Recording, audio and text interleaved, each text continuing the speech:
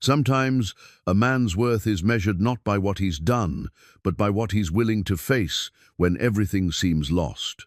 In the dusty streets of Dustwater, where justice comes at the end of a rope, one drifter is about to prove that even the wildest things can recognize a kindred spirit. Eli Cade never meant to steal anything, especially not the devil horse, a black stallion so fierce that grown men cross themselves when it passes. But Sheriff Hawkins doesn't care about the truth. He's got a town to impress and a reputation to maintain. Instead of a quick hanging, he offers Eli a wager that's really just a death sentence with extra steps. Break the devil horse by sundown, or join the bones scattered around its pen. What the sheriff doesn't know is that Eli once had a gift with horses, back before life broke him down. As the sun climbs higher and the whole town gathers to watch what they're sure will be a man's final moments, something unexpected begins to happen between the broken drifter and the untamable beast. Could it be that some connections run deeper than fear itself? Before we jump back in, tell us where you're tuning in from, and if this story touches you, make sure you're subscribed, because tomorrow I've saved something extra special for you. 3 days earlier, Eli Cade had ridden into Dustwater with nothing more than the clothes on his back and a worn leather saddlebag that held what remained of his former life. The bag sagged with the weight of memory, a few crumpled letters, a harmonica that belonged to his father, and buried beneath it all, a faded photograph he couldn't bear to look at anymore. Dustwater wasn't much to speak of, just another frontier town carved out of hardscrabble earth and held together by stubbornness and whiskey. But it had what Eli needed: anonymity. Nobody here knew who he used to be, and that suited him fine. The man he'd been before had died, along with everything else he'd loved. Sheriff Wade Hawkins ruled Dustwater with the kind of iron fist that frontier towns seem to breed. He was a man who understood that fear was more useful than respect, and he'd built his reputation on making examples of anyone who crossed him. The jail behind his office held the rusted remnants of leg irons and the bitter smell of desperation. On the wall hung a collection of wanted posters, some so old the faces had faded to ghosts. Doc Henley had been the first person to show Eli any kindness. The old physician ran the town's only medical practice from a cramped office above the general store, and he had the gentle manner of a man who'd seen enough suffering to know that healing came in many forms. When Eli had stumbled into his office that first day, nursing a fever from infected wounds on his hands, Doc had asked no questions and accepted no payment. "Every man's got his ghosts," Doc had said, cleaning the wounds with practiced care. "The trick is learning to live with them instead of letting them eat you alive." Martha Kellerman ran the Dustwater Saloon with the efficiency of a woman who'd learned early that survival meant staying 2 steps ahead of trouble. She served whiskey that could strip paint and kept a loaded shotgun behind the bar. But there was warmth in her eyes for those who earned it. Her husband had been killed in a cattle drive 5 years back, leaving her to raise their boy Tommy alone. Young Tommy was 8 years old and fascinated by horses in the way that only children can be. He spent his afternoons carving wooden horses from scraps of wood, each one more detailed than the last. His eyes would light up whenever he spotted a rider coming into town, and he knew the lineage and temperament of every horse in Dustwater. It was Tommy who first told Eli about the devil horse. "Nobody's ever rode him," the boy had whispered conspiratorially as they sat on the saloon's front porch. "They say he's killed 3 men who tried. Sheriff keeps him penned up behind the jail, and sometimes at night you can hear him screaming like something out of hell itself." Eli had nodded politely, but his hands had trembled as he reached for his coffee cup. He'd heard that scream before, in nightmares that visited him every time he closed his eyes. It was the sound of a creature that had lost everything, just like him. The devil horse had a reputation that stretched across 3 territories. He was a black stallion, standing 17 hands high, with a coat so dark it seemed to absorb light. His eyes burned with an intelligence that unnerved even experienced horsemen, and his temperament was legendary. He'd been captured 2 years ago after a chase that lasted 3 days and cost 2 horses their lives. Since then, he'd been Sheriff Hawkins' prize and his curse. "That horse is worth more than this whole town," Martha had explained to Eli one evening as she wiped down glasses. "But what good's a horse nobody can ride? Sheriff's too proud to sell him and too stubborn to put him down. So there he sits, eating money and scaring children." Eli had listened to these stories with the detached interest of a man who'd sworn off caring about anything. He'd found work mucking stalls at the livery stable, mindless labor that kept his hands busy and his thoughts from wandering down dangerous paths. The stable owner, a gruff man named Pete, paid little and asked fewer questions. But Eli's carefully constructed anonymity began to crumble the moment he stepped into that jail cell, accused of a crime he hadn't committed. The accusation had come from Jeremiah Black, a neighboring rancher with political aspirations and a grudge against anyone who couldn't defend themselves. Black claimed he'd seen Eli near his property line the night his prize mare went missing. It was a lie, but lies had power in a place like Dustwater, especially when they came from men with money. Sheriff Hawkins had arrested Eli without ceremony, dragging him from the stable in front of half the town. The evidence was circumstantial at best. Eli had been seen in the area, and his reputation as a drifter made him an easy target. But Hawkins wasn't interested in evidence. He was interested in putting on a show. "I could hang you right now," the sheriff had said, leaning back in his chair as Eli stood shackled before his desk. "Save the town, the cost of a trial. But where's the entertainment in that?" That's when Hawkins had made his proposal, the cruel wager that would either free Eli or kill him. The devil horse had become more than just a dangerous animal in the sheriff's hands. He was a weapon, a means of dispensing frontier justice that satisfied the crowd's appetite for spectacle while maintaining the sheriff's reputation for creative punishment. The rules were simple. Eli had until sundown to break the devil horse. If he succeeded, all charges would be dropped and he'd be free to go. If he failed, if the horse threw him, injured him, or simply refused to be ridden, he'd hang at dawn. The town had received the news with the enthusiasm of people starved for entertainment. Within hours, betting pools had formed. The odds were heavily against Eli, and most folks were already planning where to stand for the best view of what they assumed would be his final moments. But as Eli sat in his cell that first night, staring at the worn leather saddlebag that held the remnants of his past, he felt something stirring inside him that he hadn't experienced in years. It wasn't hope. He'd learned better than to trust in hope. It was something quieter and more dangerous. Recognition. Through the barred window of his cell, he could hear the devil horse moving restlessly in his pen. The sound of hooves against hard earth, the occasional snort of frustration, the rattle of chains against wooden rails. But underneath it all, Eli could hear something else, a loneliness so profound it made his own pale by comparison. Maybe, he thought, as he finally drifted off to sleep, broken things were meant to find each other after all. The morning sun cast long shadows through the jail's barred windows when Sheriff Hawkins arrived to make his announcement official. He wore his silver star with the pride of a man who'd never questioned whether he deserved it, and his boots rang against the wooden floor with the confidence of absolute authority. "Time to make this interesting, Cade," Hawkins said, pulling up a chair backwards and straddling it like he was settling in for a friendly chat. "The whole town's talking about our little arrangement. Figured we ought to give them something worth watching."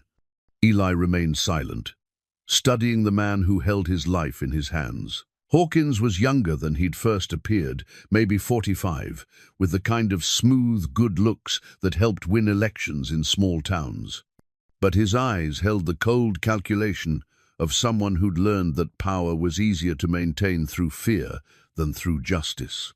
"You know what that horse has done to the last 3 men who tried to ride him?" Hawkins continued, clearly enjoying himself. "First one lasted maybe 10 seconds before he threw him into the fence posts. Broke his neck clean through. Second fellow was a professional bronc rider from Denver. The horse didn't just throw him, he stomped on him until there wasn't much left to bury. The third one, well, That horse took his time with that poor bastard. The sheriff stood and began pacing, warming to his subject. That animal's got a taste for blood now. Keeps him mean, keeps him interested. Some horses break eventually. You know, get tired of fighting and just give up. But not this one. Every day he gets a little crazier, a little more dangerous, like he's saving it all up for something special. Through the window, Eli could see townspeople beginning to gather in the street.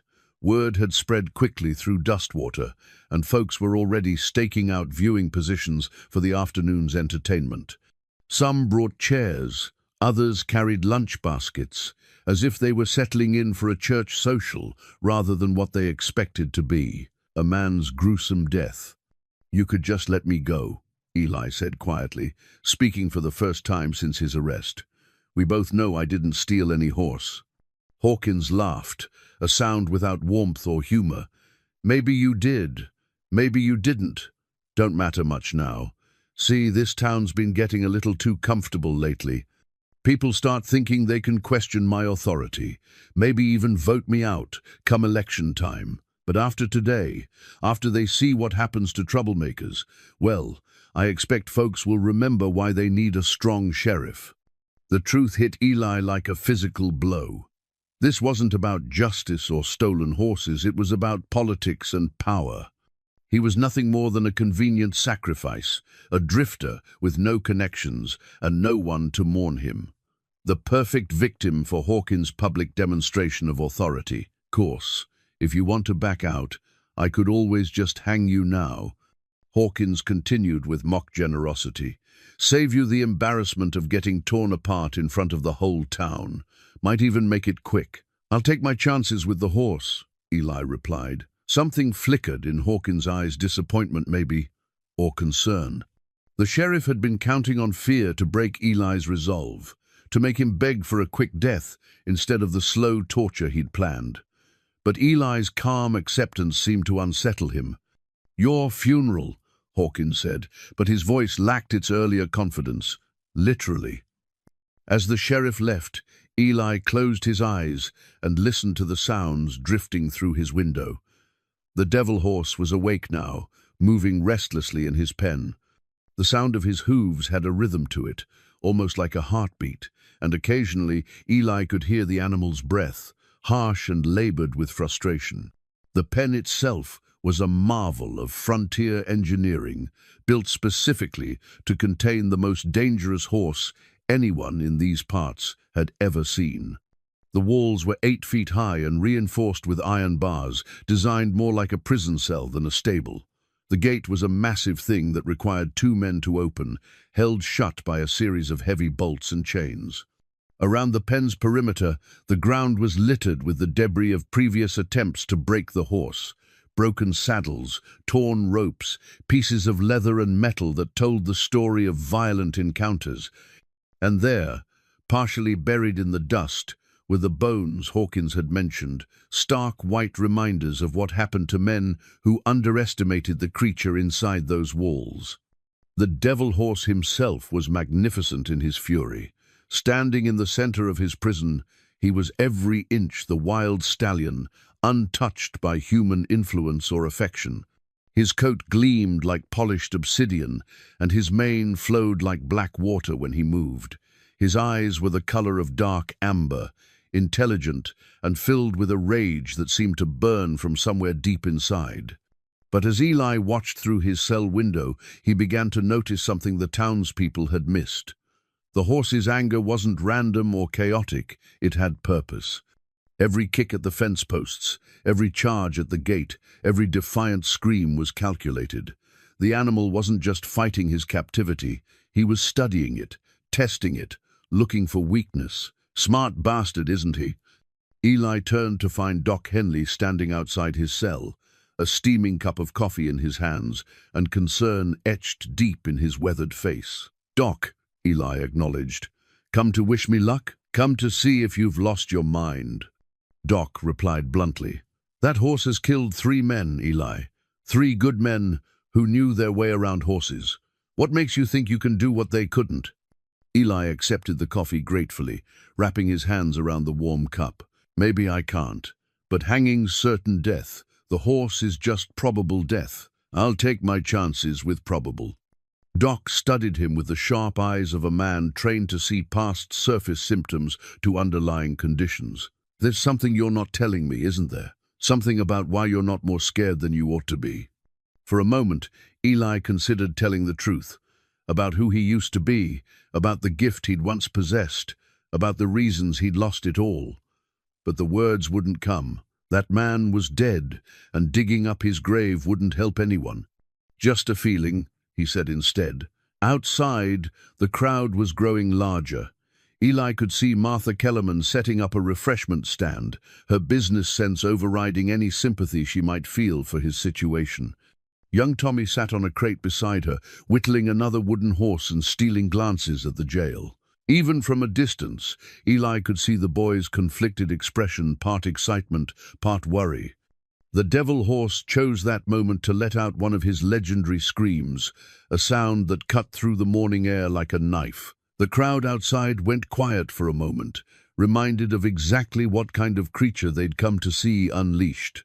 But Eli smiled, because buried in that scream, he'd heard something no one else could detect, a note of recognition, as if the horse knew he was watching, as if, somehow, the animal had been waiting for him all along. Doc Henley lingered by the cell long after most visitors would have left, his medical bag resting at his feet like a faithful dog. The morning sun had climbed higher, and with it came the steady stream of townspeople wanting to get a look at the man who'd volunteered to dance with death. "You know," Doc said, settling into the chair Hawkins had vacated, "I've been practicing medicine for 37 years. Seen men face all kinds of endings, some brave, some cowardly, most somewhere in between. But I've never seen anyone as calm as you are right now." Eli sipped his coffee and watched the devil horse through the window. The stallion had settled into a restless patrol of his pen, wearing a groove in the hard earth as he circled endlessly. "Maybe I'm just too stupid to be scared." "That's not it." Doc leaned forward, studying Eli's face with professional interest. "You've got the look of a man who's already died once and isn't much concerned about doing it again. Question is, what killed you the first time?" The question hung in the air between them, and for a moment Eli felt the familiar tightness in his chest that came whenever someone got too close to the truth. He'd spent 2 years perfecting the art of being nobody, of existing without a past or future, just the endless present moment of putting one foot in front of the other. "Sometimes life just wears a man down," he said finally. Doc nodded slowly. "Sometimes it does. But sometimes it prepares him for something he never saw coming." He reached into his bag and pulled out a small leather pouch. "Honey and herbs. Good for keeping your strength up if you don't eat much beforehand.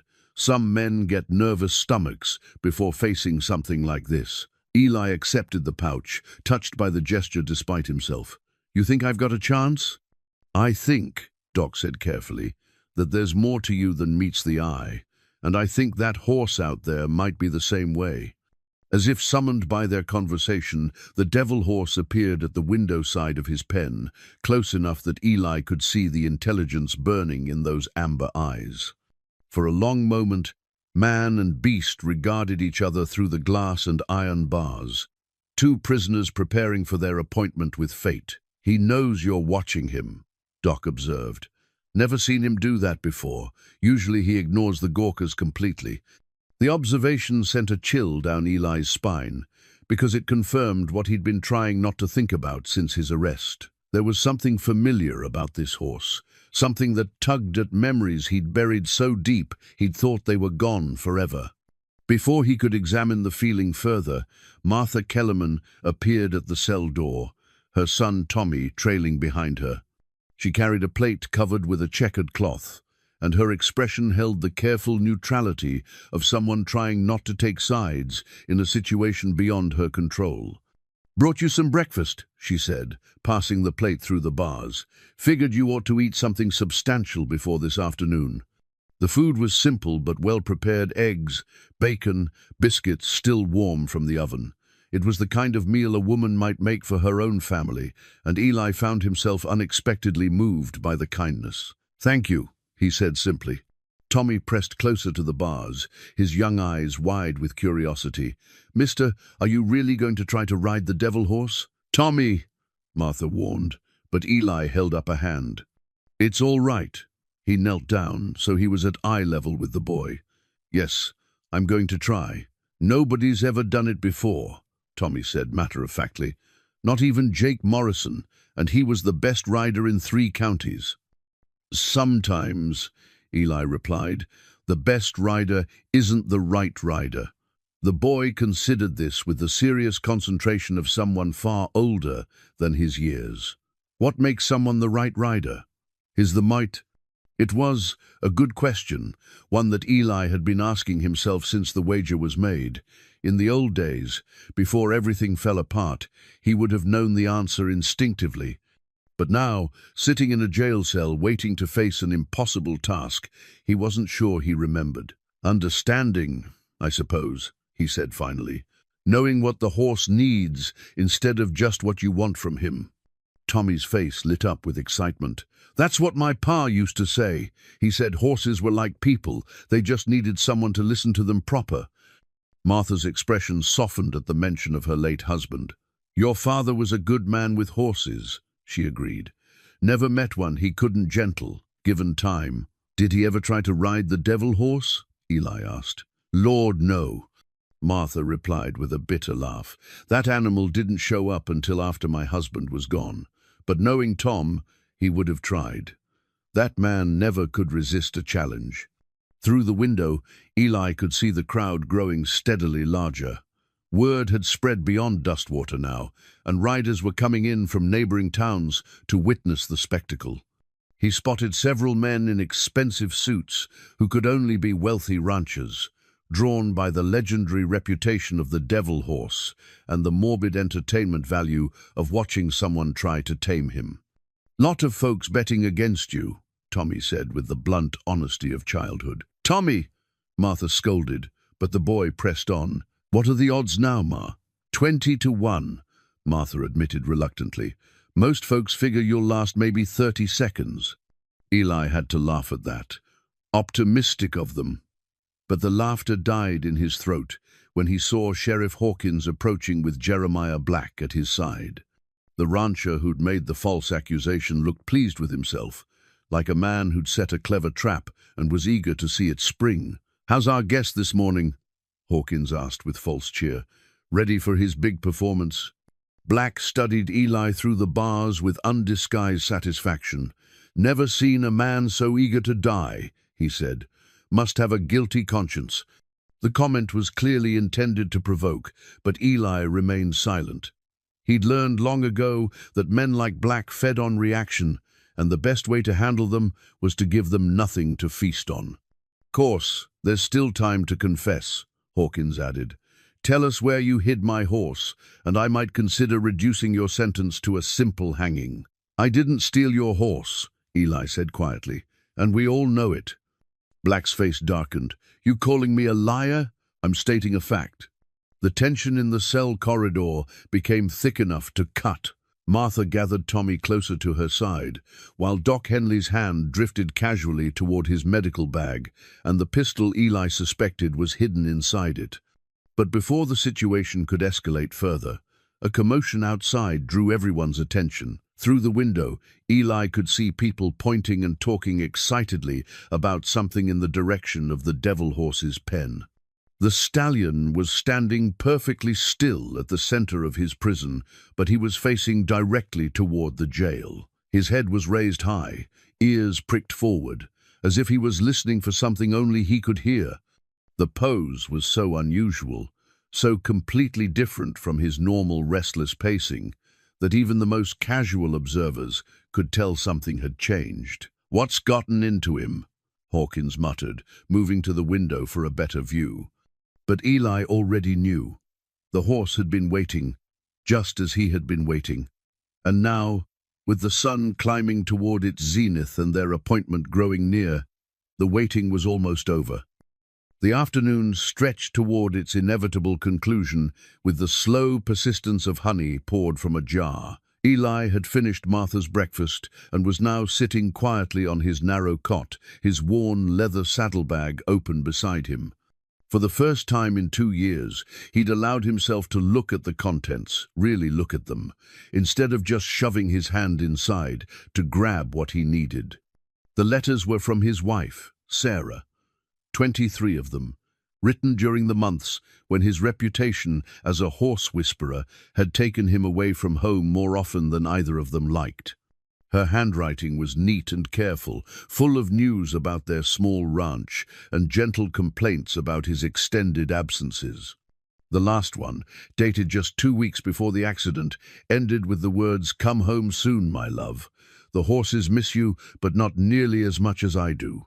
Beneath the letters was his father's harmonica, tarnished with age, but still capable of producing the soft, haunting melodies that had once gentled the wildest stallions. Old Henrik Cade had taught his son that music was the universal language of trust, that a horse's heart could be reached through rhythm and tone as surely as through grain and kindness. At the very bottom of the bag, wrapped carefully in oiled cloth, was the photograph.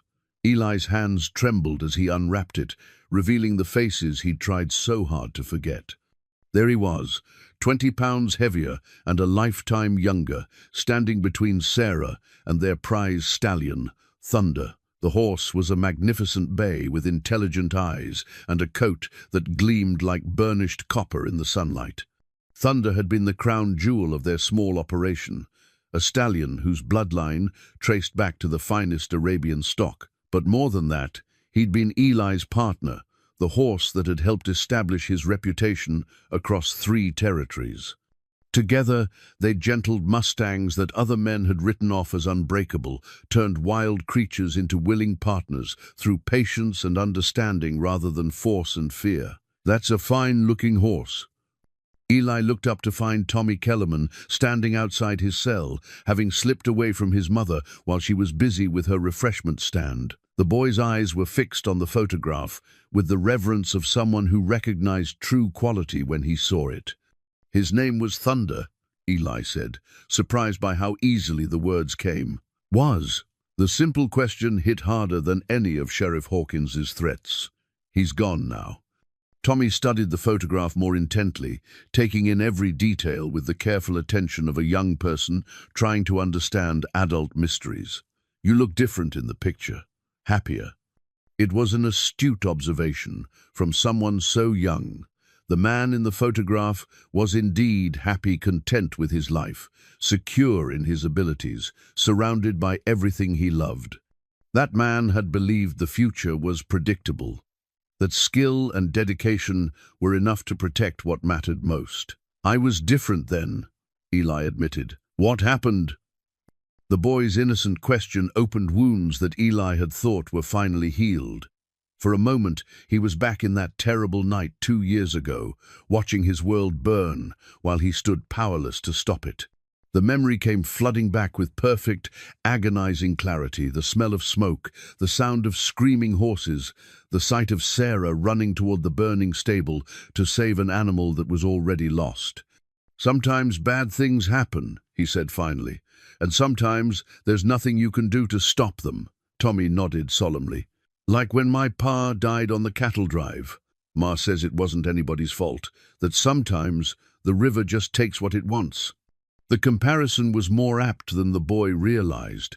Death was indeed like a river, sudden, powerful, and utterly indifferent to human plans or prayers.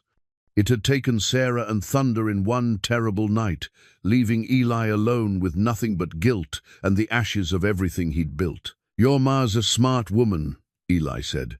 "She likes you," Tommy confided, lowering his voice conspiratorially. "I can tell. She gets the same look when she talks about you that she used to get when she talked about Pa." The observation made Eli uncomfortable in ways he didn't want to examine. Martha Kellerman was a good woman who deserved better than a broken-down drifter, carrying more ghosts than a man ought to bear. But there was something comforting about the idea that someone could look at him and see something worth liking, even if they didn't know the whole truth. "Tommy!" Martha's voice carried across the street, sharp with worry. "Get away from there." The boy grinned and waved at his mother. "I better go before she gets really mad. Good luck with the devil horse, Mr. Eli." As Tommy scampered back to the safety of his mother's side, Eli carefully rewrapped the photograph and returned it to his saddlebag. The brief glimpse into his past had been painful, but somehow necessary, like cleaning out an infected wound that had been left to fester too long. Through the window, he could see the crowd had grown to impressive proportions. It seemed like half the territory had turned out to watch the afternoon's entertainment. Men in work clothes stood shoulder to shoulder with prosperous-looking ranchers. Women in their Sunday dresses shared gossip while keeping careful watch over excited children. Even a few members of the local clergy had arrived, though whether to offer last rites or simply satisfy their curiosity was unclear. The devil horse had resumed his restless pacing, but there was something different about his movement now. Where before his circuits of the pen had seemed aimless, driven by frustration and captivity, now they had purpose. He was preparing himself, just as Eli was preparing himself, for the confrontation that would determine both their fates. Sheriff Hawkins appeared again, this time accompanied by his deputy and two men Eli didn't recognize. One was elderly and well-dressed, with the bearing of someone accustomed to authority. The other was younger, wearing the kind of expensive clothes that marked him as either wealthy or foolish enough to dress above his station. "Gentlemen," Hawkins announced, his voice carrying the satisfaction of a man about to collect on a profitable wager, "meet our volunteer. Eli Cade. These are Judge Morrison and his son, Jake. They've ridden down from the county seat especially to witness this afternoon's proceedings."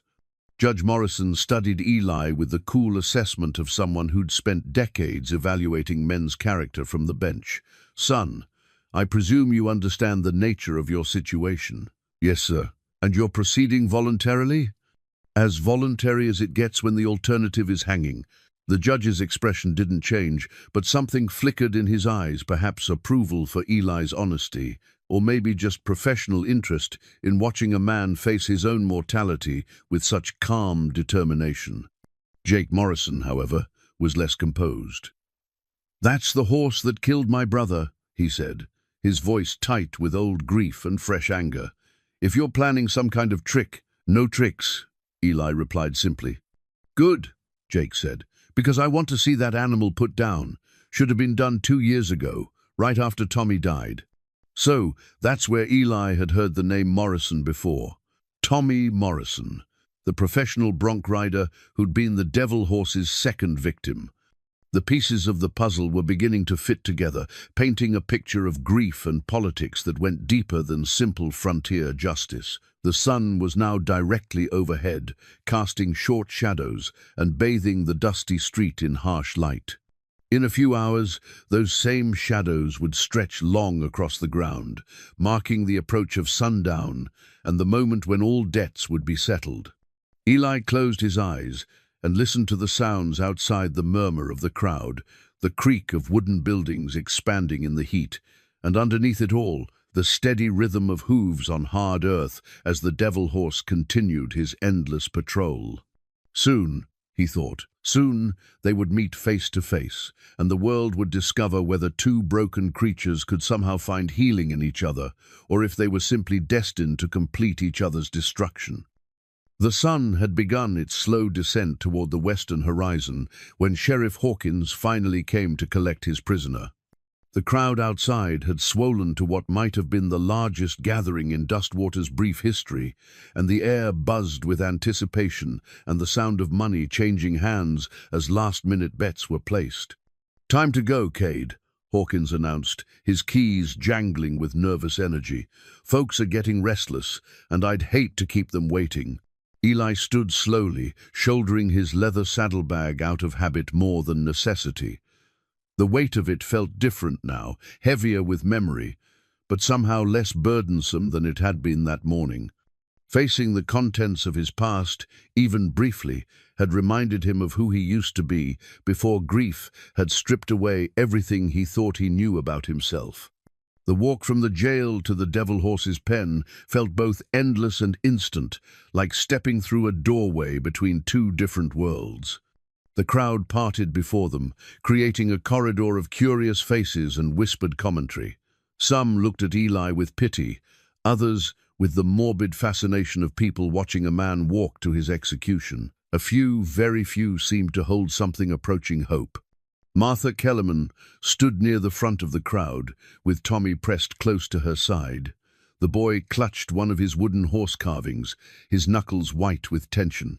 Doc Henley had positioned himself where he could reach the pen quickly if medical attention was needed, his bag open and his instruments laid out on a makeshift table. The practical preparations for catastrophe. The Devil Horse's pen loomed before them like a gladiator's arena, its 8-foot walls reinforced with iron bars that had been bent and dented by countless failed escape attempts. The gate itself was a masterwork of frontier engineering, thick wooden planks bound with steel and secured by no fewer than 6 heavy bolts. It had been built to contain the most dangerous horse anyone in these parts had ever seen, and it had never failed in that purpose. Around the pen's perimeter, the evidence of previous encounters lay scattered like offerings to some vengeful god. Broken saddles were piled in one corner, their leather cracked and their metal fittings twisted beyond recognition. Coils of rope hung from fence posts, some still bearing the frayed ends where they'd snapped under enormous pressure.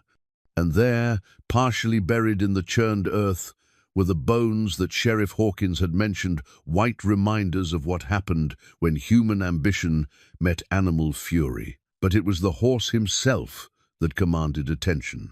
Standing in the center of his prison, he was 17 hands of barely contained lightning, every muscle defined beneath a coat so black it seemed to absorb the afternoon sunlight. His mane flowed like dark water when he moved, and his tail switched with the restless energy of a creature that had never known submission. His eyes were the color of amber, touched with fire, and they held an intelligence that unnerved even experienced horsemen.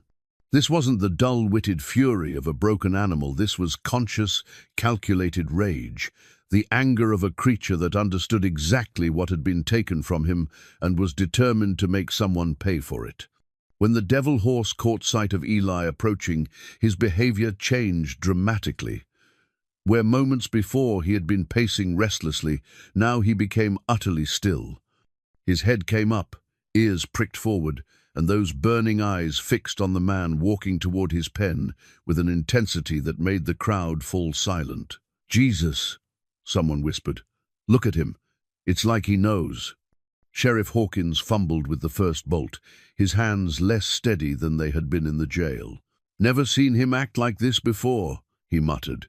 "Usually he goes crazy when people get too close." But the Devil Horse wasn't going crazy. He was watching, studying, evaluating the man who would either become his rider or his next victim. And in that watching, Eli saw something that struck him like a physical blow: recognition. The horse knew him, not personally, but essentially, the way one broken thing recognizes another. The first bolt slid free with a metallic screech that seemed to echo across the silent crowd. The second followed, then the third. With each bolt removed, the tension in the air grew thicker until it felt like everyone present was holding their breath. "You sure about this?" Hawkins asked, his hand hovering over the fourth bolt. "Last chance to back out and take the rope instead." Eli looked past the sheriff to the horse, waiting inside the pen. The stallion had moved closer to the gate, close enough that Eli could see the scars crisscrossing his magnificent hide, evidence of the battles he'd fought and the price he'd paid for his freedom. But he wasn't charging or screaming or displaying any of the violent behavior that had made him legendary. He was simply waiting, as if he understood that this moment was different from all the others. "I'm sure," Eli said. The remaining bolts came free in rapid succession, and the gate swung open with a groan of protest from hinges that had grown accustomed to staying closed.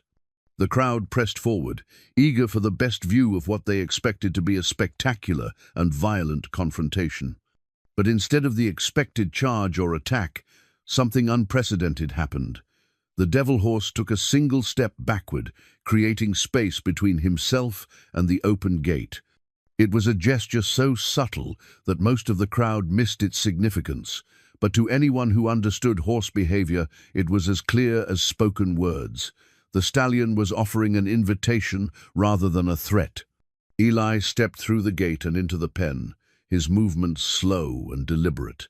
The ground beneath his feet was hard-packed earth mixed with sand, churned into ruts by years of violent encounters.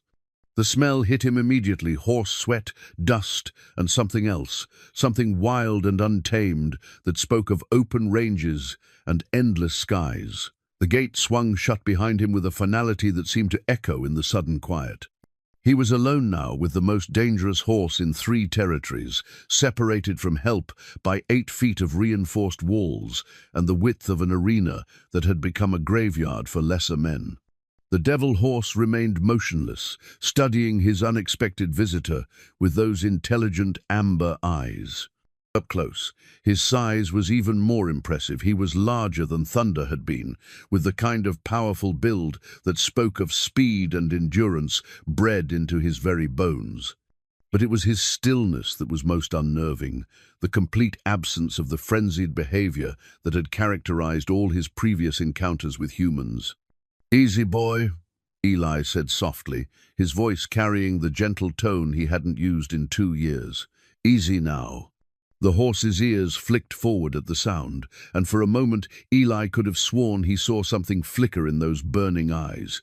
Surprise, perhaps, or curiosity. When was the last time someone had spoken to him as a partner rather than an adversary? Eli reached into his saddlebag and withdrew his father's harmonica. The metal was warm from his body heat, and the familiar weight of it in his hands brought back a flood of memories. Summer evenings on the ranch, Sarah laughing as Thunder danced to Henrik Cade's melodies, the simple joy of communicating with another living creature through music rather than words. He raised the harmonica to his lips and began to play not the wild, driving rhythms that cowboys used to break horses, but something softer, more contemplative. It was a lullaby his father had taught him, a gentle melody that spoke of safety and home and the kind of love that asked nothing in return. The effect on the devil horse was immediate and profound. His head came up higher and his whole body seemed to relax slightly, as if some internal spring had been allowed to unwind just a notch. He took a tentative step forward, then another, drawn by sounds he hadn't heard since his capture. From outside the pen came the murmur of confused voices.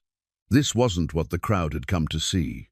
Where was the violence, the spectacle, the dramatic confrontation between man and beast?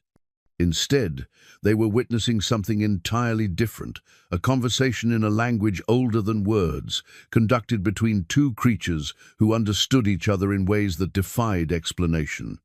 Eli continued playing, moving slowly around the perimeter of the pen, never approaching the horse directly, but always maintaining that gentle musical dialogue.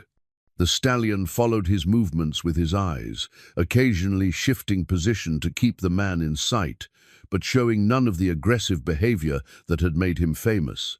And as the music flowed between them, bridging the gap between human and animal, civilized and wild, Eli began to understand what he was really facing. This wasn't just a dangerous horse that needed breaking. This was a creature whose spirit had been damaged by captivity and cruelty, who had learned to fight because fighting was the only response left to him. In that understanding, Eli recognized a reflection of his own journey from grace to desperation, from belonging to exile. They were both prisoners, both mourning losses that couldn't be recovered, both trapped in cycles of pain that seemed to have no end. But maybe, just maybe, they could find a way out together. The harmonica's gentle melody wove through the afternoon air like a silver thread, binding man and horse in a conversation that had nothing to do with dominance or submission and everything to do with recognition. Eli continued his slow circuit of the pen, never approaching the stallion directly, but always maintaining that musical dialogue that seemed to speak to something deep in the animal's soul. The devil horse followed his progress with those burning amber eyes, his head turning to track Eli's movement around the perimeter.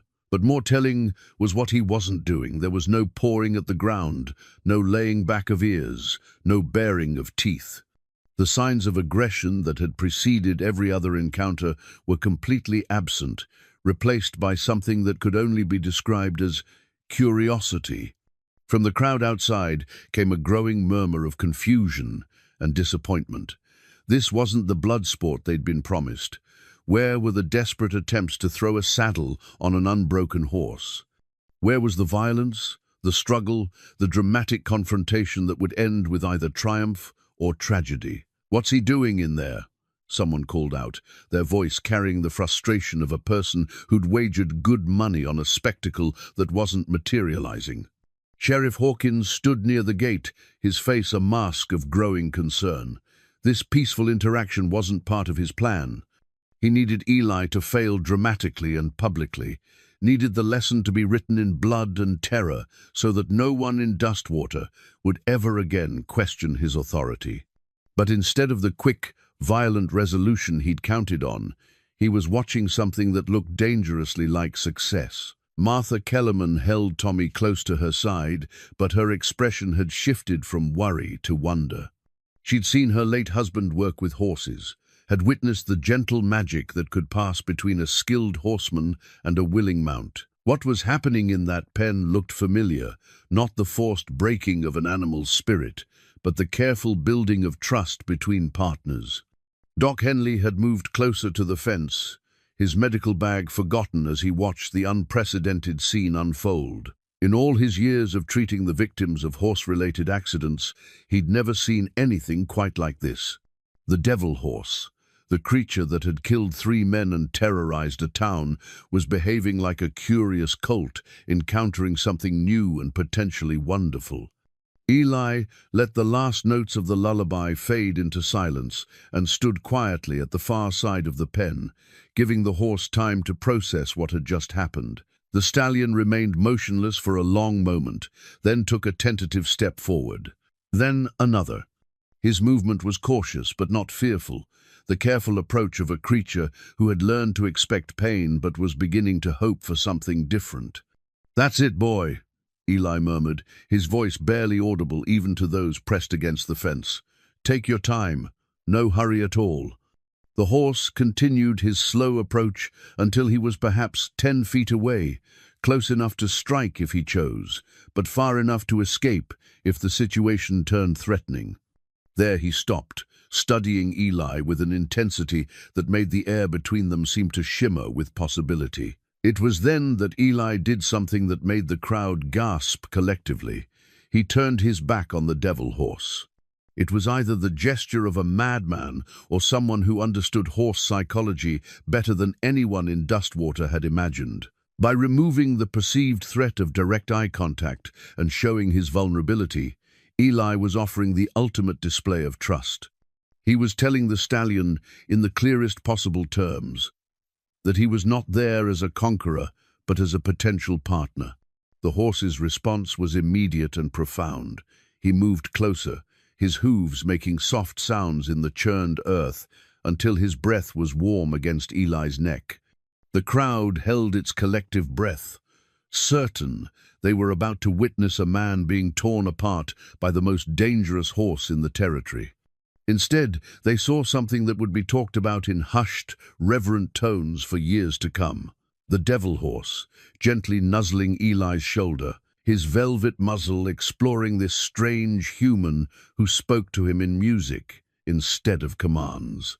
"Sweet Jesus," someone whispered from the crowd. "He's gentling him." Eli turned slowly, moving with the careful precision of someone who understood that trust, once offered, could be shattered by a single wrong gesture. The horse didn't retreat, but continued his gentle exploration, learning Eli's scent and presence the way horses had been learning about potential partners for thousands of years. "You remember, don't you?"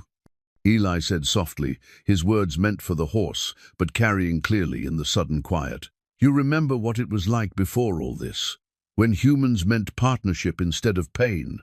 The stallion's ears pricked forward at the sound of his voice, and those intelligent eyes seemed to focus with new intensity. There was something in Eli's tone, something in his presence that resonated with memories the horse had thought were lost forever. From his saddlebag, Eli withdrew a piece of Martha's breakfast biscuit, saved from the morning meal. He held it out in his open palm, offering it not as a bribe but as a gift, a gesture of friendship that asked for nothing in return. The devil horse approached the offered treat with the same cautious curiosity he'd shown throughout their encounter. His muzzle investigated the biscuit, his breath warm against Eli's palm, before he delicately accepted the food. The gesture was so gentle, so completely at odds with his fearsome reputation, that several women in the crowd actually sighed audibly. But it was what happened next that truly stunned everyone present. As the horse finished the biscuit, he lowered his great head and rested his forehead against Eli's chest, the ultimate gesture of trust and acceptance in the equine world. It was a position that left him completely vulnerable, an acknowledgement that he no longer saw the man before him as a threat. The symbolism wasn't lost on Eli. In that moment, he felt something stirring inside him that he'd thought was dead forever, the old connection, the gift his father had called horse sense, but which was really something deeper and more mysterious. It was the ability to see past the surface to the wounded spirit beneath, to recognize that healing sometimes required nothing more than understanding and patience. Sheriff Hawkins chose that moment to assert his authority. "Enough of this," he called out, his voice cutting through the magical silence like a blade. The wager was to ride the horse, not pet him like a lapdog. Mount up or forfeit. The harsh words and demanding tone had an immediate effect on the devil horse. His head came up sharply, ears pinned back, and all the relaxed trust he'd been showing evaporated in an instant. He spun away from Eli, his hooves striking sparks from the hard ground, and for a moment it looked like the careful progress of the past hour was about to be destroyed by a few thoughtless words. But Eli was ready for the reaction. Without moving from his position, he began to hum softly, not the lullaby this time, but something deeper and more primal, a wordless song that seemed to come from some ancient place where humans and horses first learned to trust each other. The sound reached the stallion like a lifeline, pulling him back from the edge of panic and rage. He stopped his defensive spinning and turned toward Eli, his breathing heavy but his eyes no longer showing the wild fury that had made him legendary. "It's all right," Eli said, his voice carrying across the pen with calm authority. "He doesn't understand. But you do, don't you? You know the difference between force and friendship." The horse approached again, more slowly this time, but with growing confidence. And as he drew near, Eli reached into his saddlebag once more, not for food or music this time, but for something that made the crowd murmur with surprise and recognition. It was a saddle, but not like any they'd seen before. The leather was worn smooth by years of use, and the craftsmanship was exquisite, every piece fitted with the precision of someone who understood that a saddle was more than just equipment. It was the interface between two different worlds. Silver conchos caught the afternoon light, and the stirrups hung at exactly the right length for a man of Eli's height. But most remarkable of all was the devil horse's reaction to seeing it. Instead of the violent rejection that had greeted every previous attempt to saddle him, he stood quietly, watching with those intelligent eyes as Eli approached with the worn leather in his hands. "This was made for you," Eli said softly, holding the saddle where the horse could see and smell it. "A long time ago, for a horse just like you, it's been waiting for the right partner." And in that moment, as the afternoon sun slanted through the dust motes floating in the air around them, everyone present understood that they were witnessing something far more significant than a simple breaking of a wild horse. They were seeing the moment when two damaged souls recognized each other and chose healing over isolation, trust over fear. The devil horse stepped forward and gently nuzzled the saddle, accepting it not as a symbol of his defeat, but as a bridge to a better future. The saddle settled onto the devil horse's back as if it had been made for him, which, as the crowd would soon learn, it had been. The stallion stood perfectly still as Eli adjusted the familiar leather, his behavior so completely contrary to his fearsome reputation that the silence stretching across the gathered townspeople felt almost sacred. It was then that Judge Morrison's voice cut through the quiet, sharp with recognition and growing astonishment. "Dear God in heaven, that's Henrik Cade's saddle." The words hit the crowd like a physical blow, sending ripples of whispered conversation, spreading outward from those who understood their significance.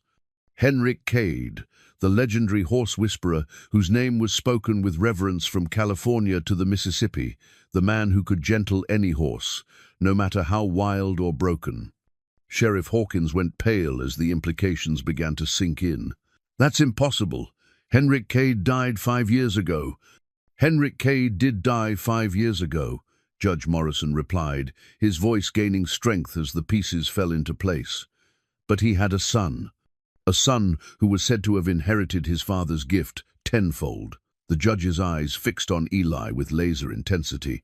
"You're Elijah Cade, the horse whisperer of Thunder Creek." The words hung in the air like a revelation from on high, and suddenly everything made sense. Eli's calm acceptance of an impossible wager, his unprecedented success with the devil horse, the way the stallion had responded to him as if recognizing an old friend.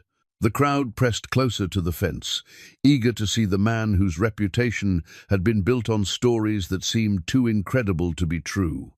But it was the devil horse's reaction that confirmed what many were beginning to suspect. At the sound of Eli's real name, the stallion turned his great head and looked directly at him, his amber eyes bright with what could only be called joy.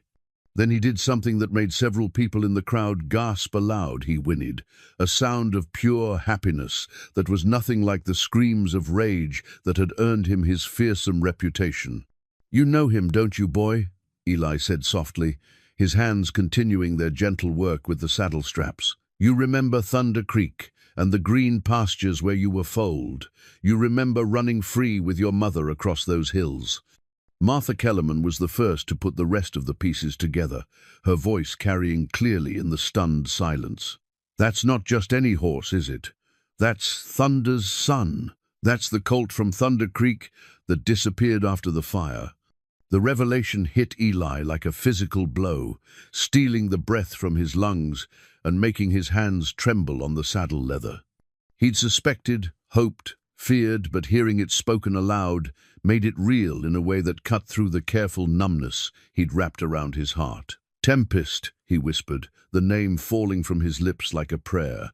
"Your name is Tempest." The horse's response was immediate and overwhelming. He spun in a tight circle, his hooves dancing with an excitement that had nothing to do with aggression and everything to do with pure, unbridled joy.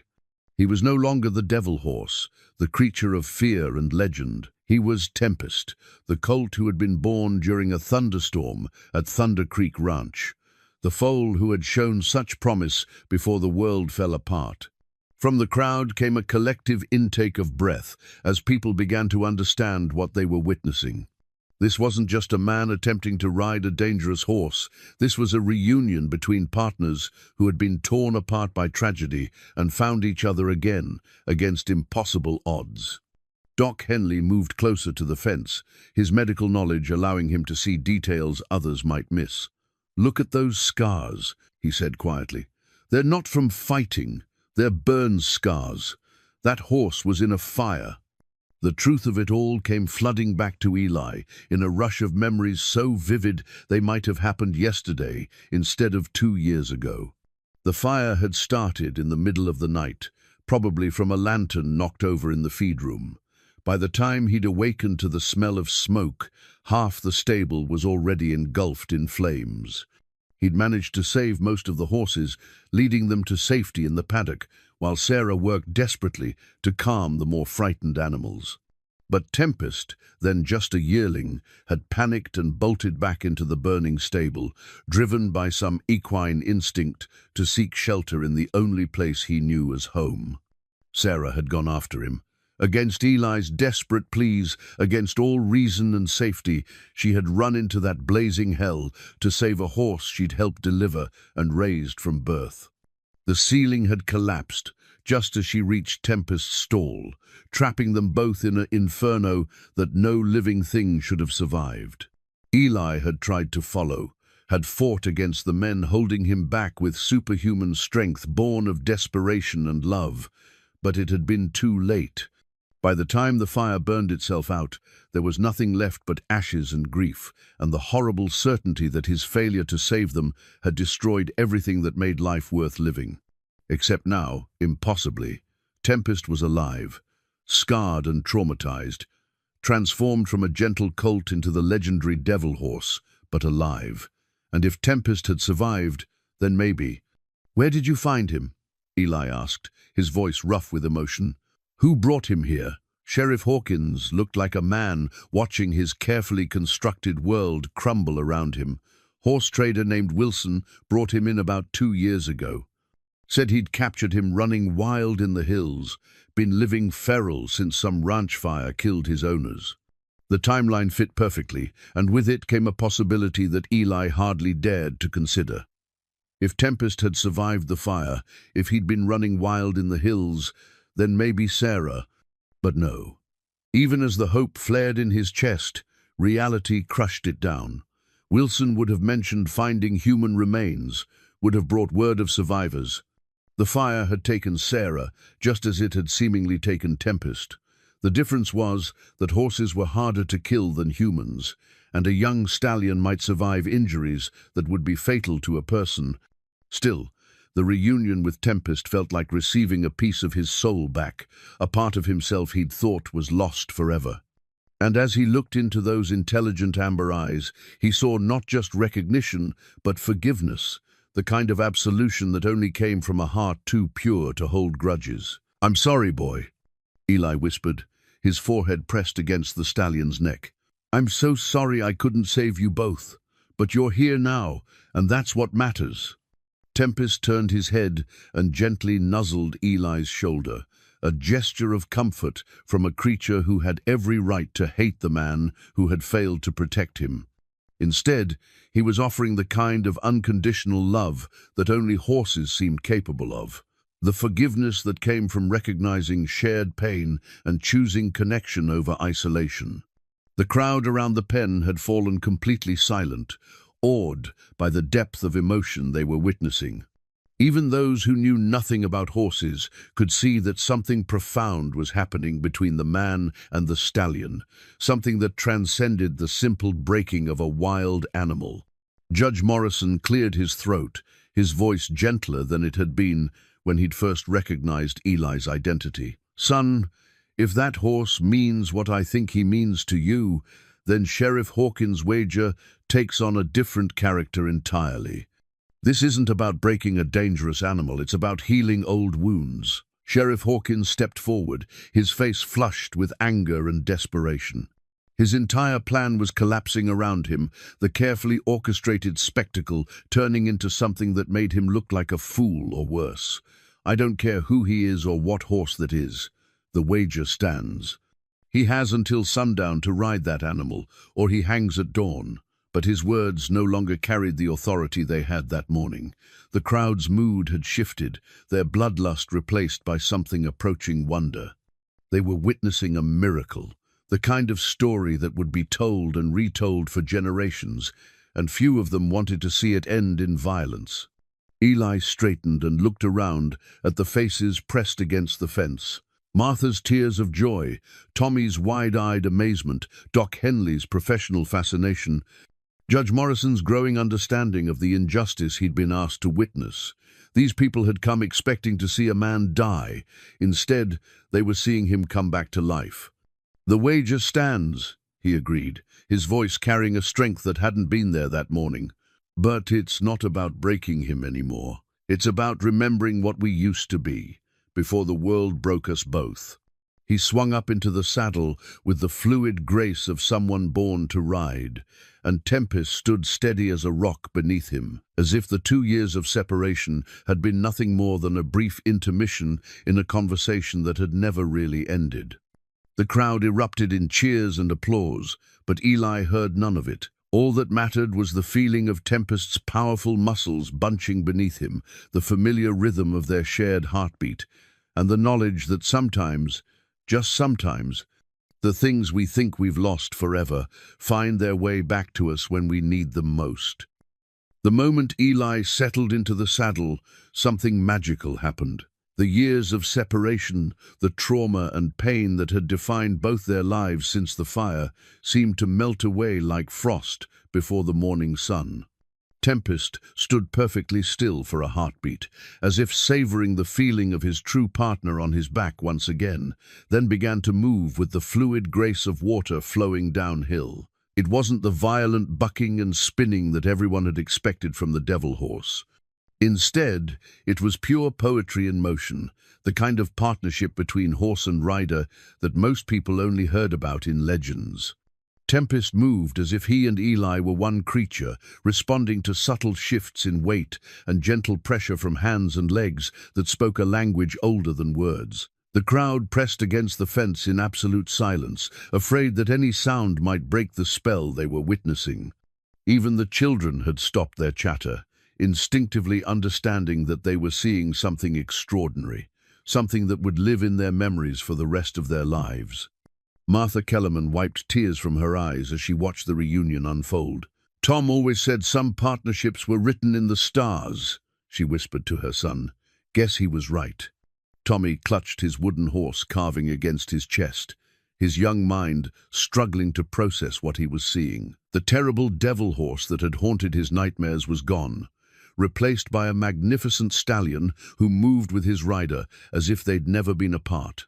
Doc Henley had abandoned his medical preparations entirely, his attention fixed on the incredible transformation taking place before his eyes. In all his years of treating both men and horses, he'd never seen anything that compared to the bond being displayed in that pen. It was as if two wounded souls were healing each other through nothing more than mutual recognition and acceptance. But it was Judge Morrison who perhaps understood best what was really happening. As a man who'd spent his life studying human nature from the bench, he could see that this wasn't just about a horse and rider. It was about redemption, forgiveness, and the power of love to overcome even the deepest trauma.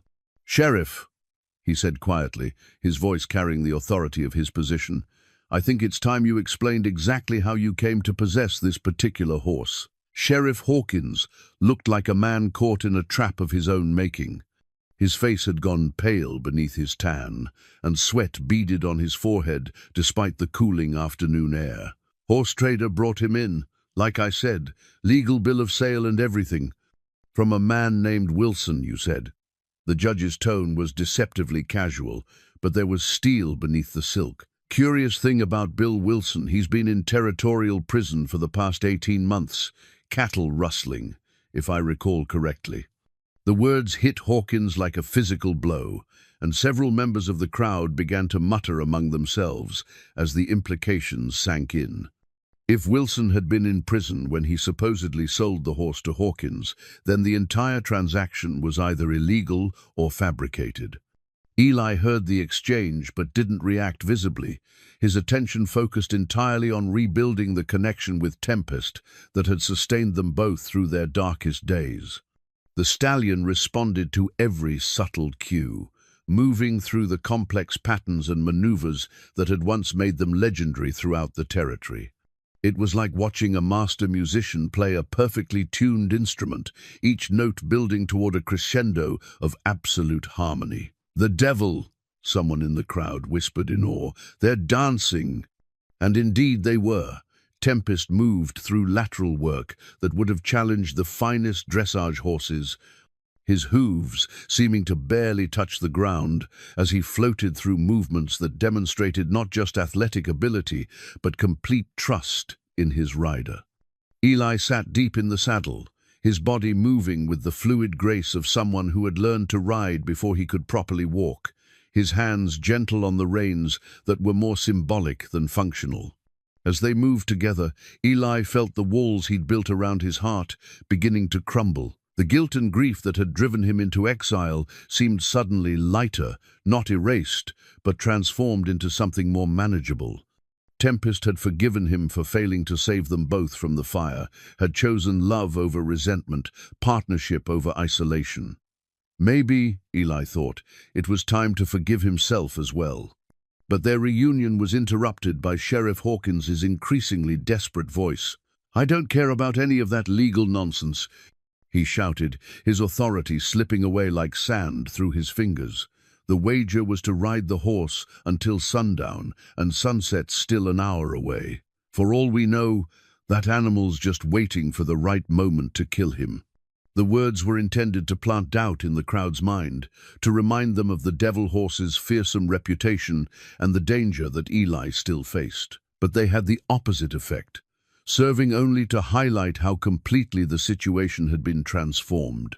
The creature in that pen bore no resemblance to the murderous beast of legend. This was a horse in perfect harmony with his rider, moving with joy and precision that spoke of deep mutual trust. Jeremiah Black, the rancher who had made the false accusation that started this whole affair, pushed forward through the crowd. His face was flushed with anger, and something that might have been fear. "This is all very touching," he snarled, "but it doesn't change the fact that this man is a horse thief. I saw him near my property the night my mare disappeared." "Funny thing about that mare, Black," came a new voice from the edge of the crowd. A weathered man in travel clothes stepped forward, leading a familiar-looking horse by a simple rope halter. "Found her wandering loose about 10 miles north of here, still wearing your brand but with a different saddle entirely. Almost like someone turned her out on purpose, maybe to create a distraction while they conducted some other business." Black's face went white as he recognized the newcomer Sam Fletcher, a respected horse trader whose word carried weight throughout the territory. Fletcher's presence and the recovery of the supposedly stolen mare put an entirely different light on the accusations that had landed Eli in jail. "Matter of fact," Fletcher continued, his voice carrying clearly across the suddenly quiet crowd, "I've been tracking a ring of horse thieves operating out of this area for the better part of 6 months. Amazing how many stolen horses seem to find their way through certain official channels, all with proper-looking paperwork that don't hold up to close inspection." The implication hung in the air like smoke from a gun barrel. Judge Morrison's expression had hardened into something that promised swift and uncompromising justice for anyone foolish enough to abuse their position of public trust. But Eli barely heard the unfolding drama around him, his attention focused entirely on the magnificent creature beneath him. Tempest was growing stronger with each passing moment, his movements becoming more fluid and confident as he remembered what it felt like to have a true partner on his back. The 2 years of captivity and abuse seemed to be falling away from him like an old coat, revealing the magnificent horse he'd been meant to become. As they moved together through increasingly complex maneuvers, Eli felt something stirring inside him that he'd thought was dead forever. It was hope, not the desperate, clinging hope of a drowning man, but the quiet, steady hope of someone who'd been lost in the darkness and finally glimpsed the light. He'd found Tempest again, against all odds and expectations, and if that miracle was possible, then maybe others were too. The sun was sinking lower in the western sky, casting long shadows across the dusty ground and painting everything in shades of gold and amber. Soon, very soon, the moment of reckoning would arrive, and Sheriff Hawkins's cruel wager would be settled once and for all. But as Eli guided Tempest through one final spectacular movement, a levade that saw the powerful stallion balanced perfectly on his hind legs, front hooves pouring the air like a creature from mythology, he realized that the outcome no longer mattered. He'd already won something more valuable than freedom or vindication. He'd found his way back to himself, and in doing so, had discovered that healing was possible, even for wounds that seemed too deep to mend. The crowd erupted in spontaneous applause as Tempest settled back to all four hooves with the grace of a dancer completing a perfect pirouette. The sound washed over them like a tide of approval and wonder, but Eli barely heard it. His world had narrowed to the feeling of Tempest's powerful heartbeat beneath him, the familiar rhythm that had once been as natural as breathing. Sheriff Hawkins stood near the gate, his face a mask of barely controlled fury. Everything he'd planned, the public spectacle, the demonstration of his authority, the elimination of an inconvenient drifter, had collapsed around him like a house of cards. Worse than that, the web of corruption that had sustained his position was beginning to unravel before his eyes, pulled apart by forces he'd never anticipated. "Time!" he called out desperately, though the sun was still well above the horizon. "The wager's complete. He's ridden the horse." But Judge Morrison stepped forward, his voice carrying the quiet authority of true justice. "I think we'll wait for actual sundown, Sheriff. After all, those were the terms you set." His eyes swept the crowd, taking in the faces of people who had come expecting entertainment and found something far more meaningful. "Besides, I have some questions about how this situation came to be in the first place." The judge's words sent a visible shiver through both Hawkins and Black, but Eli paid them no attention. He was lost in memories, transported back to better days, when he and Tempest had worked together as partners, before fire and loss had torn their world apart. The stallion seemed to sense his rider's emotional journey, moving with gentle, soothing gaits that spoke of comfort and understanding. Martha Kellerman watched the reunion with tears streaming down her face, remembering her own husband and the way he'd spoken about the bond between a good horseman and his mount. "It's like watching a prayer answered," she whispered to Doc Henley. The old physician nodded, his trained eye taking in details others might miss. "Look at that horse's breathing," he said quietly. "Steady as a rock, heart rate normal. 2 hours ago he was a dangerous killer, and now he's as calm as an old plow horse. That's not training or technique, that's love." Tommy Kellerman pressed closer to the fence, his wooden horse carving forgotten in his excitement. "Will they stay together now?" he asked his mother. "Will they go back to their ranch?" Martha's expression darkened slightly as she considered the question. Even if Eli was cleared of all charges, which seemed increasingly likely, given the revelations about Hawkins and Black's corruption, there was no ranch to return to. Thunder Creek had burned to the ground 2 years ago, taking with it everything Eli and his wife had built together. The man and horse might have found each other again, but they were still homeless, still refugees from a life that no longer existed. But those concerns seemed distant as the afternoon wore on, and the partnership between Eli and Tempest grew stronger with each passing moment. They moved through the pen like dancers responding to music only they could hear, demonstrating levels of communication and trust that most people had never imagined possible between human and horse. The sun continued its slow descent toward the western horizon, painting the sky in brilliant shades of orange and red. Soon, very soon, the moment of official sunset would arrive, and Sheriff Hawkins' cruel wager would be formally concluded. But everyone present understood that the real resolution had come much earlier, in the moment when a broken man and a damaged horse had recognized each other and chosen healing over hatred. As the golden light slanted through the dust motes floating around the pen, Eli guided Tempest to the center of their arena and brought him to a perfect halt. The stallion stood like a statue carved from living obsidian, every muscle defined but relaxed, his breathing deep, and even despite the complexity of the movements they'd just completed. "Easy, boy," Eli murmured, his voice carrying the same gentle tone he'd used years ago when Tempest was just a curious colt learning about the world. "We did it. We found our way back to each other." The horse turned his great head slightly, amber eyes meeting his rider's gaze in a moment of perfect understanding. In that look was forgiveness for past failures, acceptance of present circumstances, and hope for whatever future they might build together. The crowd around the pen had grown quiet again, sensing that they were witnessing the culmination of something far more significant than a simple horse-breaking exhibition. This was about redemption and second chances, about the power of love to overcome even the deepest trauma. And in the growing twilight, as the first stars began to appear in the darkening sky, everyone present understood that they had witnessed something that would live in their memories forever, the moment when two broken souls found healing in each other, proving that sometimes the most profound victories come not from conquering, but from connection, not from force, but from understanding. The sun touched the horizon like a golden coin balanced on the edge of the world, its light streaming across the dusty street of Dustwater and painting everything in shades of amber and fire. The moment everyone had been waiting for had finally arrived, the official end of Sheriff Hawkins' cruel wager and the formal resolution of a challenge that had transformed from spectacle into miracle. Judge Morrison stepped forward, his pocket watch gleaming in the fading light. "Sunset," he announced, his voice carrying clearly across the silent crowd.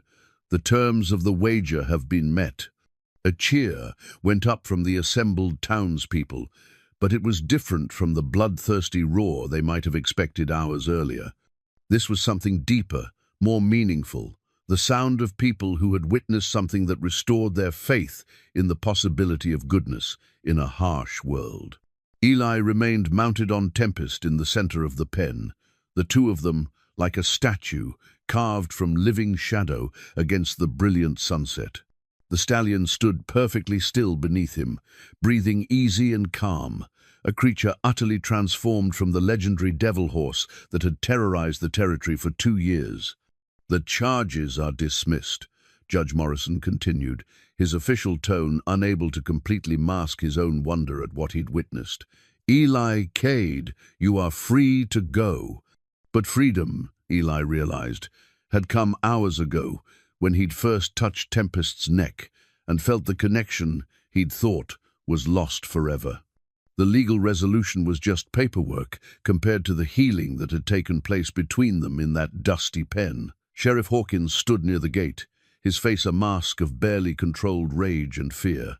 His carefully constructed world was crumbling around him, and he knew it. The corruption that had sustained his position of power was being exposed thread by thread, unraveled by forces he'd never anticipated when he'd made his cruel wager that morning. "This isn't over," he snarled, his hand drifting toward the gun at his hip.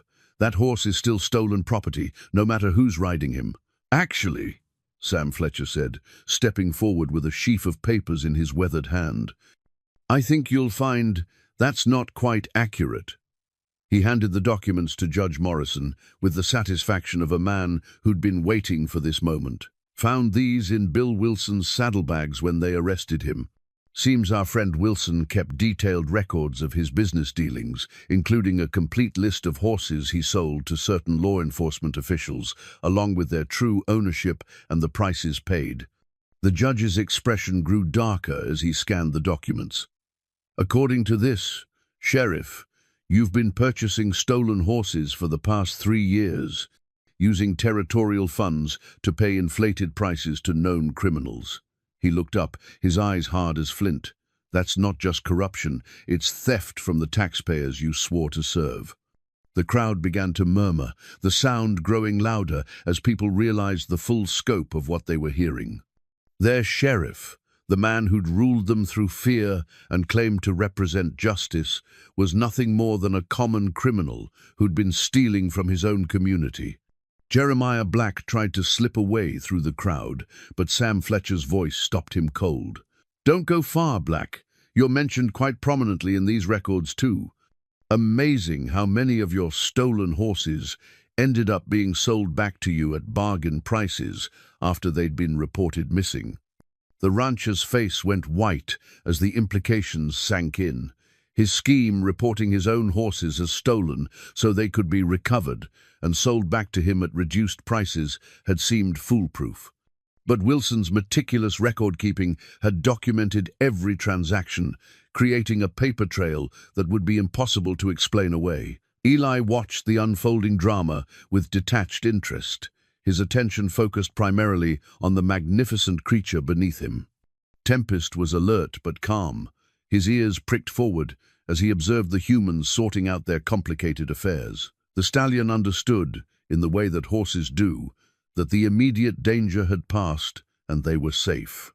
"What happens now?" Tommy Kellerman asked, his young voice cutting through the adult conversations with the clarity of innocence. It was a good question, and one that Eli had been asking himself since the moment he'd recognized Tempest. They'd found each other again, against all odds and expectations, but the world that had once sustained them was gone. Thunder Creek Ranch was ashes and memory, and even if it could be rebuilt, the woman who had made it home was buried in its ruins. Martha Kellerman seemed to sense his thoughts. She approached the pen with the quiet confidence of someone who'd made a difficult decision and found peace with it. "You'll need a place to stay while you sort things out," she said simply. "Dustwater could use a good horseman, and Tommy could use a man to teach him what his father never got the chance to." The offer was generous beyond words, and Eli felt something warm stirring in his chest at the thought of belonging somewhere again. But before he could respond, Doc Henley stepped forward with his own proposal. "Actually," the old physician said, "I've been thinking about retiring for some time now. My arthritis isn't getting any better, and this town's growing too fast for one doctor to handle alone." He looked directly at Eli, his eyes bright with possibility. "You've got healing hands. I saw it today with that horse. With some training, you could help people the same way you help animals." The suggestions came from hearts that had been touched by what they'd witnessed, offers of belonging from people who understood that some gifts were too precious to waste on solitude and grief. Eli felt overwhelmed by their generosity, humbled by their willingness to open their community to a man they'd met as a prisoner facing execution. But it was young Tommy's voice that cut through all the adult complexity with devastating simplicity. "Will you teach me to ride like that? Like you and Tempest?" The question hung in the air like a promise, carrying with it all the hope and possibility of a future that Eli had never dared to imagine. A future where his gift could be shared rather than buried, where his knowledge could help others rather than torment him with memories of what he'd lost. Tempest turned his great head slightly, amber eyes meeting his rider's gaze in a moment of perfect understanding. The stallion couldn't speak, but his message was clear. The past was gone, but the future was waiting. They could choose to remain prisoners of their grief, or they could honor what they'd lost by building something new and meaningful from the ashes. As the last light of day faded into purple twilight, Eli made his decision. He would stay in Dustwater, would accept the kindness being offered, would find new purpose in sharing the gifts he'd inherited from his father and refined through partnership with creatures like Tempest. The pain of loss would never fully disappear, but it could be transformed into something healing rather than destructive. The devil horse was dead, killed not by violence, but by love. In his place stood Tempest, partner and friend, ready to help his rider write a new chapter in a story that had seemed destined to end in tragedy. The stars were beginning to appear in the darkening sky when Eli finally dismounted from Tempest, his feet touching the churned earth of the pen for the first time in hours. The stallion remained perfectly still beside him, close enough that Eli could feel the warmth radiating from his powerful body, solid and real and alive in ways that still seemed impossible. Judge Morrison approached the gate with measured steps, his official duties demanding attention, even as his personal amazement at what he'd witnessed continued to overwhelm his judicial composure.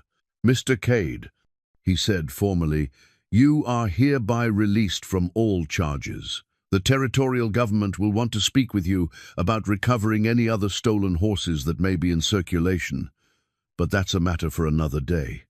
Behind the judge, Sheriff Hawkins stood in shackles that had been provided by his own deputy, a young man named Collins, who'd apparently been waiting years for an opportunity to arrest his corrupt superior. The former sheriff's face was a mask of impotent rage, his dreams of power and intimidation crumbling as completely as his illegal schemes had been exposed. "This isn't over," Hawkins snarled one final time, his voice carrying the desperate venom of a cornered snake. "That horse is a killer, and sooner or later he'll show his true nature. Mark my words, someone's going to die because of your soft-hearted foolishness." Tempest's ears flicked at the harsh tone, but he showed no other reaction to the words that had once defined his reputation. The stallion had found his true nature, and it had nothing to do with the violence and fear that men like Hawkins had projected onto him. Eli placed a gentle hand on Tempest's neck, feeling the steady pulse of life beneath the scarred hide. "The only thing dying here tonight is fear," he said quietly. "Fear of what we don't understand, fear of things that are different, fear of opening our hearts to the possibility of healing." The crowd began to disperse as the official proceedings concluded, but many lingered, reluctant to let go of the magic they'd witnessed. Children pressed closer to the fence, hoping for one more glimpse of the magnificent horse who'd been transformed from monster to miracle before their eyes. Their parents chatted quietly among themselves, already beginning the process of turning the day's events into the kind of story that would be told and retold for generations. Martha Kellerman appeared at Eli's side with a set of clean clothes and a warm meal wrapped in cloth. "Figured you might want to get cleaned up," she said with maternal efficiency. "Tommy's been asking if he can help take care of Tempest, and I thought maybe you'd like the company." The boy in question stood nearby, practically vibrating with excitement and barely contained questions. His wooden horse carving was clutched tightly in his small hands, and his eyes never left Tempest's magnificent form. "He's beautiful," Tommy whispered in the reverent tone children reserved for things that exceeded their wildest dreams. "Is he really the devil horse? He doesn't look scary at all." Eli knelt down to the boy's level, remembering another child who'd once asked similar questions about a different horse in what felt like another lifetime. "He was never really the devil horse," he explained gently. "That was just a name people gave him when they were afraid and didn't understand what he needed." What did he need? It was such a simple question, but it cut straight to the heart of everything that had happened. "Someone to listen to him," Eli replied. "Someone to see past the anger and fear to the hurt underneath. Someone to remember that even the wildest things can be gentle if they're treated with kindness." Tommy nodded solemnly, absorbing the lesson with the seriousness of someone much older. "Can I pet him?" Eli looked to Tempest, who lowered his great head with the patience of a creature who understood the importance of first impressions with children. "Hold your hand out flat, like this," Eli instructed, guiding Tommy's small fingers into the proper position. "Let him smell you first, so he knows you're a friend." The stallion's velvet muzzle investigated Tommy's outstretched palm with gentle curiosity, his breath warm against the child's skin. When he was satisfied with his examination, he allowed the boy to stroke his neck, a gesture of trust that made Tommy's face light up with pure joy. "He's so soft," Tommy marveled, "and warm. I thought he'd be cold and mean, like the stories said." "Stories aren't always true," Eli said. "Sometimes they just tell us what people want to believe instead of what really is." Doc Henley joined them at the fence, his medical bag slung over his shoulder, but his attention focused entirely on the peaceful scene before him. "In 40 years of practice, I've never seen anything that compared to what happened here today," he said quietly. "That kind of healing, it's what I went into medicine hoping to accomplish." The old physician's words carried weight beyond their simple meaning. Here was a man who dedicated his life to healing, acknowledging that what he'd witnessed transcended anything he'd learned in medical school or achieved in decades of practice. It was healing of a different sort, not of the body but of the soul, not through medicine but through connection. As the evening deepened around them, practical concerns began to assert themselves. Tempest needed feed and water, shelter and care after his long ordeal. Eli needed food and rest, time to process the emotional magnitude of what had occurred. The crowd needed to return to their homes and lives, carrying with them the memory of something extraordinary that had reminded them why hope was worth maintaining even in the hardest times. But before they could turn to mundane matters, one final piece of business demanded attention. Sam Fletcher approached with another set of documents, these bearing official territorial seals and the weight of legal authority. "Thought you'd want to see these," he said, handing the papers to Eli. Wilson kept more than just records of stolen horses. Turns out he documented every transaction, including the insurance payments collected on properties that were supposedly destroyed in the Thunder Creek fire. Eli's hands trembled as he scanned the documents, their implications slowly sinking in. According to Wilson's meticulous records, the insurance company had paid substantial claims for the complete destruction of Thunder Creek Ranch, including all livestock and buildings. But the records also showed that several horses listed as dead had actually been captured and sold, their supposed deaths fabricated to support fraudulent claims. "Sarah," Eli whispered, his voice barely audible, "is there any mention of—" Fletcher's expression grew gentle with understanding. "I'm sorry, son. The records are pretty clear about the human casualties. Wilson might have been a horse thief, but he drew the line at covering up deaths. If your wife had survived, there would be some record of it." The words hit Eli like a physical blow, closing the door on a hope he'd barely dared to acknowledge. Sarah was truly gone, taken by the fire that had claimed so much of what he'd held dear. But somehow, the finality of it felt more healing than the uncertainty that had plagued him for 2 years. He could mourn her properly now, could honor her memory without the torture of wondering what might have been. Tempest seemed to sense his rider's emotional turmoil, stepping closer and resting his great head against Eli's shoulder in a gesture of comfort. The stallion couldn't bring back the dead or undo the tragedies of the past, but he could offer the steady presence of unconditional love, the kind that asked nothing and gave everything. As the last light faded from the western sky and the first lamps began to flicker to life in Dustwater's windows, Eli made a silent promise to the memory of his wife and the future of his partnership with Tempest. He would build something new from the ashes of what had been lost, would honor the past by creating meaning in the present, would prove that love could triumph over loss if it was given the chance to grow. 6 months later, the sunrise painted Dustwater's main street in shades of gold and promise, just as it had on that transformative day when 2 broken souls found healing in each other. But the town itself had changed in ways both subtle and profound, touched by the ripple effects of what everyone now simply called the day the devil horse came home.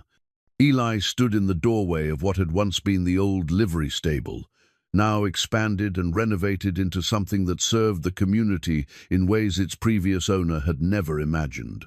The Dustwater Healing Center, as Doc Henley had christened it, combined veterinary care with basic medical services, bringing together the healing of both human and animal under one roof. Through the large windows he'd installed, Eli could see Tempest in the paddock behind the building, his magnificent black coat gleaming in the morning light as Tommy Kellerman practiced the gentle riding techniques that had replaced the violent horse-breaking methods of the past. The boy had proven to be a natural horseman, blessed with the same intuitive understanding of equine psychology that had once made Eli famous throughout the territory. "He's getting better every day," Martha observed, joining Eli at the window with 2 cups of coffee steaming in the cool morning air. Tom would be proud to see his son learning to ride like that. The relationship between Eli and Martha had developed slowly, built on shared loss and mutual respect rather than the desperate passion of youth. They had both known great love and devastating grief, and perhaps that shared experience allowed them to appreciate the quieter, steadier affection that had grown between them. It wasn't the wild romance of his youth with Sarah, but it was real and healing and good. "Your husband was a wise man," Eli replied, accepting the coffee gratefully. He understood that partnership is always better than dominance. Through the window, they watched as Tommy guided Tempest through a series of movements that would have been impossible 6 months ago. The boy had absorbed his lessons with the eager enthusiasm of youth, but more than that, he'd developed the patience and empathy that marked truly gifted horsemen. Under his gentle guidance, several of the area's most difficult horses had been transformed from problems into partners. The success of their methods had drawn attention from across the territory. Ranchers, who had once relied on violent braking techniques, now sent their most challenging horses to Dustwater, knowing that Eli and Tommy could achieve results through understanding that force had never accomplished. The old ways were dying, replaced by something kinder and more sustainable. Doc Henley emerged from the medical wing of the building, his arthritis-gnarled hands steady despite his age, as he cleaned his instruments. The old physician had embraced his partial retirement with enthusiasm, spending his mornings treating human patients and his afternoons learning veterinary techniques that complemented his medical knowledge. "Mrs. Patterson's ready to go home," he announced. "That mare of hers should make a full recovery, thanks to your intervention. Amazing what a little patience and understanding can accomplish." The case had been typical of their recent successes, a supposedly vicious horse that had turned dangerous after years of harsh treatment. Under Eli's care, the mare had revealed herself to be simply frightened and in pain, her aggressive behavior a desperate attempt to protect herself from further harm.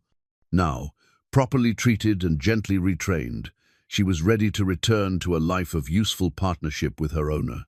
Judge Morrison had become a regular visitor to the center, his official duties often bringing him to Dustwater as the territorial government worked to root out the corruption that Hawkins and Black had represented. The former sheriff was now serving a lengthy sentence in the territorial prison, his political ambitions permanently derailed by his criminal activities. "Got some news that might interest you," the judge said, appearing in the doorway with his characteristic punctuality.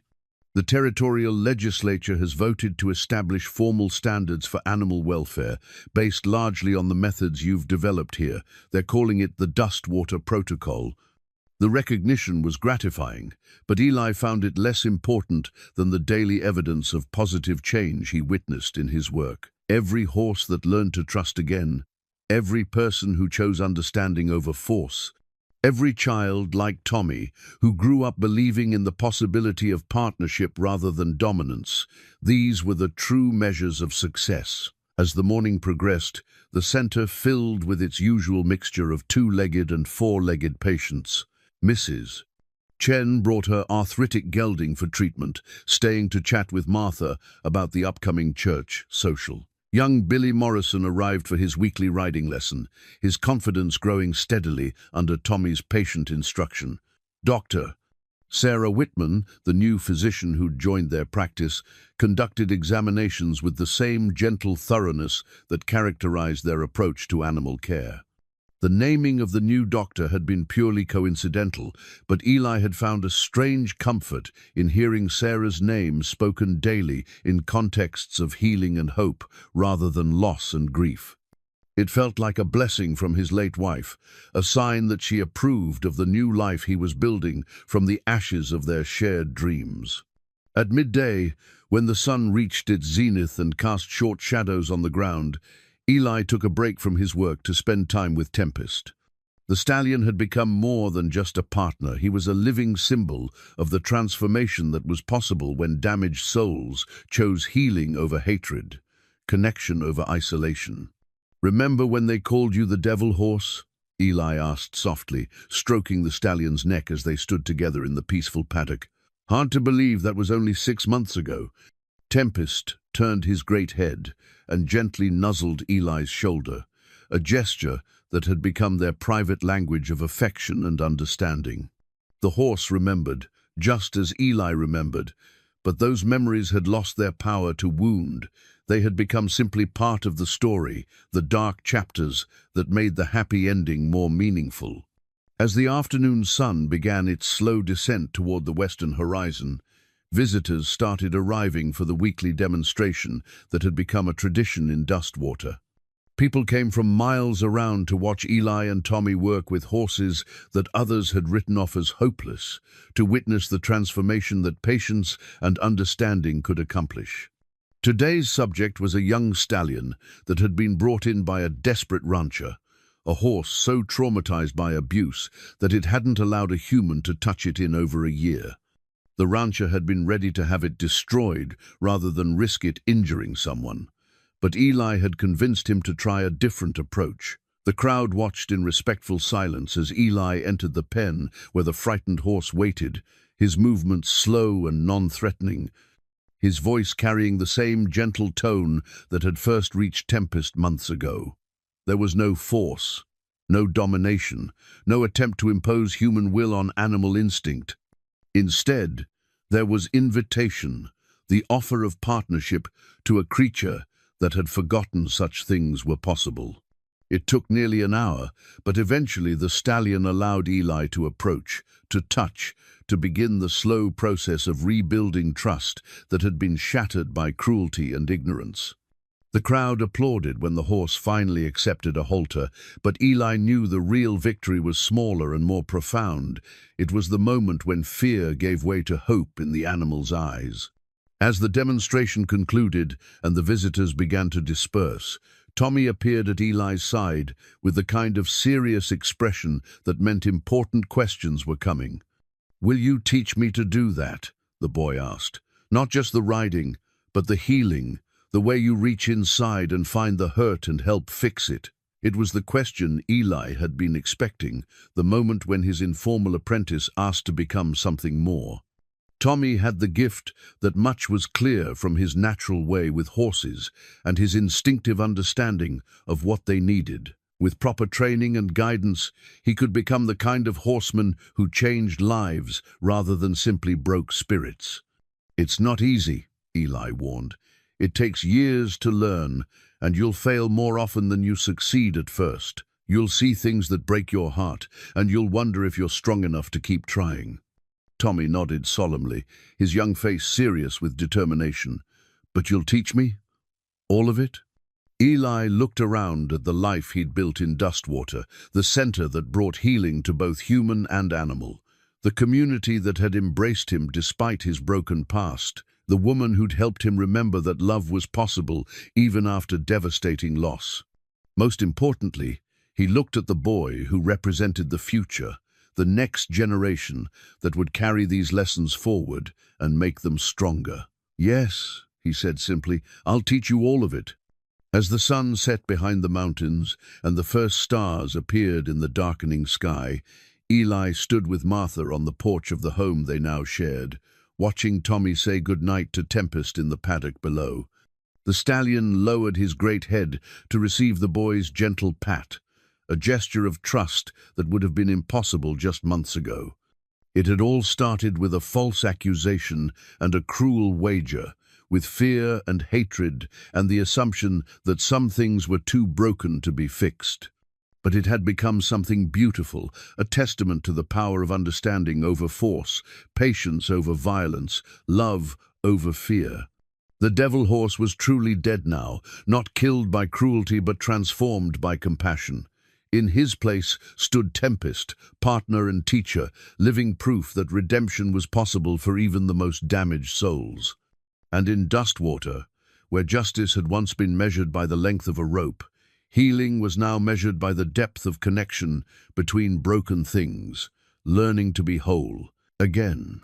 Sometimes, Eli thought as he watched the stars emerge in the vast Montana sky, the most profound victories came not from conquering but from understanding, not from breaking but from mending, not from dominance but from the simple, revolutionary act of choosing love over fear. The devil horse had taught them that lesson, and Dustwater would never be the same.